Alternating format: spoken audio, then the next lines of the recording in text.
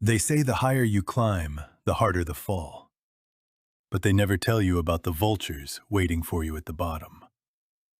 I spent 20 years gripping frozen steel and dodging 500,000 volts in the Montana peaks, thinking I was building a future. I didn't realize that while I was fixing the grid in a blizzard, my own wife was cutting the ground out from under my feet. By the time the frost cleared, I wasn't just losing my job. I was losing my mind, according to a legal document, and the two people I trusted most. The wind was still screaming in my ears when I pulled the truck into the driveway. My hands were cracked, bleeding through the work gloves after a 14-hour shift replacing blown transformers near the summit. All I wanted was a shower and 6 hours of sleep. Instead, I walked into a kitchen that smelled of expensive cologne and fresh ink. My wife, Elena, wasn't alone. Her brother, Caleb, sat at my oak table, flanked by two men in charcoal suits who looked like they'd never stepped in mud in their lives. "What's this, Elena? A late-night book club?" I tossed my tool belt onto the counter. The heavy leather thudded, making one of the lawyers flinch. "Wade, sit down," Caleb said, sliding a thick manila folder toward me. "We're worried. The stress of the high-voltage lines, the isolation, it's taking a toll. We've filed a petition for a conservatorship." I didn't sit. I looked at the top page. It was a medical evaluation citing post-traumatic stress and cognitive instability. "You're trying to declare me mentally unfit?" I looked at Elena.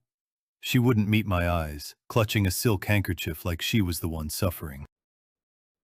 "It's for your safety, honey," she whispered, her voice trembling with practiced precision. "You're not the same man. We just want to make sure the estate is managed properly while you get help."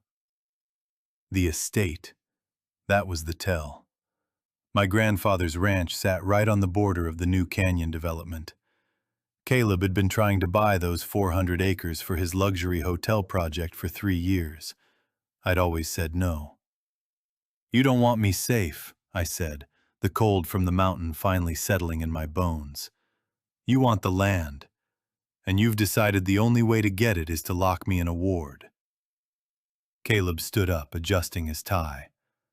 "The court date is in 10 days, Wade. Don't make this harder than it has to be."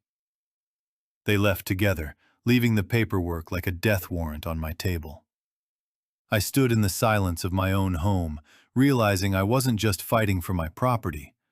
I was fighting for my soul.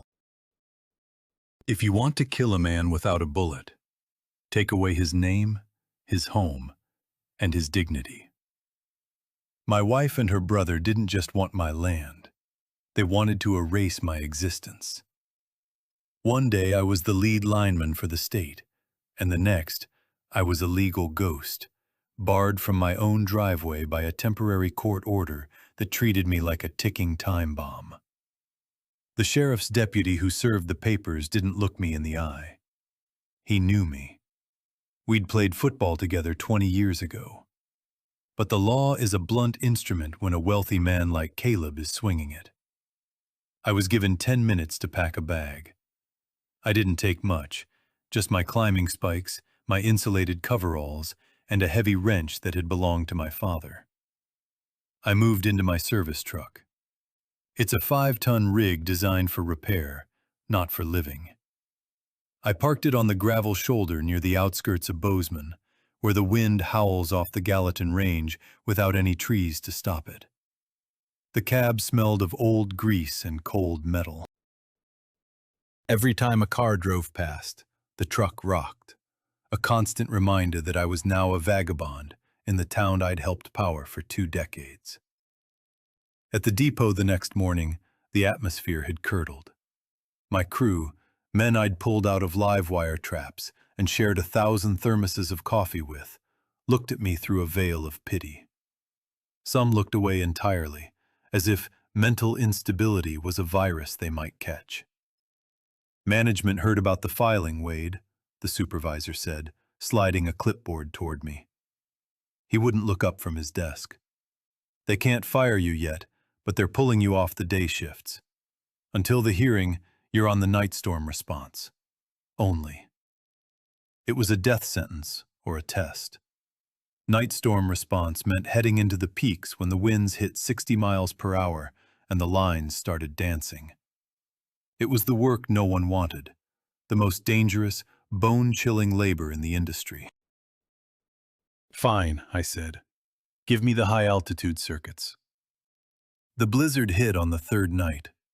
The sky turned into a wall of white static. While Elena was likely sipping wine in our heated living room, I was 400 feet up a steel lattice tower, the metal groaning under the weight of the ice. My fingers were so cold they felt like wooden pegs, but I worked with a frantic, surgical precision. I checked every bolt. I recorded every bypass. My attorney, a sharp-eyed woman named Sarah Vance, had told me the goal. Don't give them a single mistake. If you trip, if you even stutter in a report, Caleb will use it to prove you're a danger to yourself. So I didn't trip. I worked 20-hour stretches, pushing my body until my vision blurred, documenting every repair with flawless technical notes. I wasn't just fixing the grid, I was building a fortress of evidence. Caleb thought he could break me by pushing me into the cold. He forgot that I was born in the frost, and I knew exactly how to survive a storm.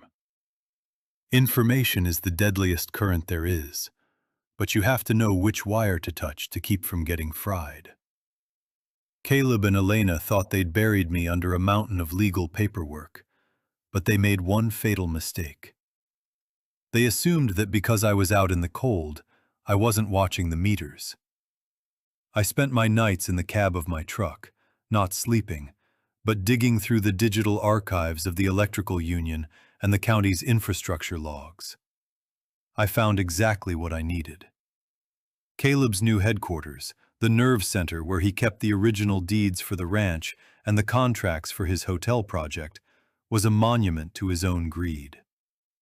To save money, he'd bypassed a full grid upgrade, hooking his glass and steel monstrosity into an aging substation on the North Ridge. I knew that substation better than I knew my own face. I'd been the one to write the repair order for its failing cooling system 2 years ago, an order Caleb had lobbied the board to postpone to keep the area's development costs low. I didn't break into his office. I didn't need to. I walked into the main depot during the shift change and handed a formal, notarized safety report to the district manager. The Northridge substation is redlining, I said, my voice as flat as a dial tone. If the wind picks up tonight, the surge will hit the commercial block. It's a fire hazard. The manager looked at the report, then at the memo pinned to his board about my mental instability. He sighed and shoved the paper into a desk drawer. Wade, the board says you're seeing shadows where there aren't any. Caleb's architects signed off on that connection. Go home and get some rest. You're imagining things. I'm giving you fair warning, I replied. Check the logs. The copper is brittle. It won't hold. We'll look into it next month, he said, dismissing me without a second glance. I walked out, feeling the cold air hit my lungs. I'd done my job. I had a time-stamped copy of that warning, and I'd blind copied the union's legal counsel. I wasn't an arsonist. I was a master lineman who had predicted a failure that the experts ignored. I spent the next 6 hours in my truck, watching the barometer drop. The sky turned a bruised, heavy purple. In the distance, I could see the lights of Caleb's office building, shining like a beacon of stolen property. He was in there, probably celebrating with my wife, toasting to the land they hadn't even finished stealing yet. The wind began to howl, a low, guttural moan that shook the chassis of my rig. I didn't move. I just watched the transformers on the ridge start to spark, tiny blue flashes against the dark mountain. Nature was about to do what the courts wouldn't. I wasn't going to fight the storm. I was just going to let it finish what Caleb's arrogance started. They say every man has his breaking point, but metal and math have theirs long before the human soul does. As the blizzard tore into Bozeman, the wind didn't just howl. It screamed with the weight of 1,000 tons of ice. I sat in the cab of my truck, watching the North Ridge substation through my binoculars. The blue, arcing flashes were getting closer together, a rhythmic pulsing that told me the old copper was finally surrendering. Then, a silent explosion of light turned the clouds neon white, and the commercial block went dark. Caleb's monument to greed was swallowed by the shadows. Inside that glass tower, the temperature would be dropping 1 degree every few minutes. Without the heaters, those high-end pipes were nothing more than ticking time bombs. My radio crackled to life, static heavy and urgent. It was the night dispatcher, a kid named Leo who hadn't been on the job long enough to know the politics. "Wade, you there? We've got a critical failure at the North Ridge. The high-end suites and the tech offices are dark. Caleb Thorne is on the other line, and he's losing his mind. He says his servers are at risk. He's demanding the lead master lineman immediately." I picked up the handset, my voice as steady as the mountain. "Put him through, Leo." There was a click, and then Caleb's voice exploded into the cab. He wasn't the polished executive anymore. He sounded like a cornered animal. "Gallagher!" The backup generators didn't kick in. My servers are freezing, and the fire suppression system is warning of a pipe burst. "Get your rig up here and bypass the substation, now!" I leaned back in my seat, watching the frost crawl across my windshield. "I'd love to help you, Caleb, truly. But I'm looking at the legal papers your sister served me. According to your own filing, the stress of high-voltage work in extreme weather causes me cognitive instability. If I climb that pole in a blizzard, I might have the very mental breakdown you warned the judge about. I can't risk public safety by working while I'm supposedly unfit." "Wade, don't play games. I'll pay you double, triple. Just fix the damn line." "It's not about the money," I said, my tone ice cold. "It's about the law. You convinced the court I'm a danger to myself. If I touch those wires now, I'd be proving you right.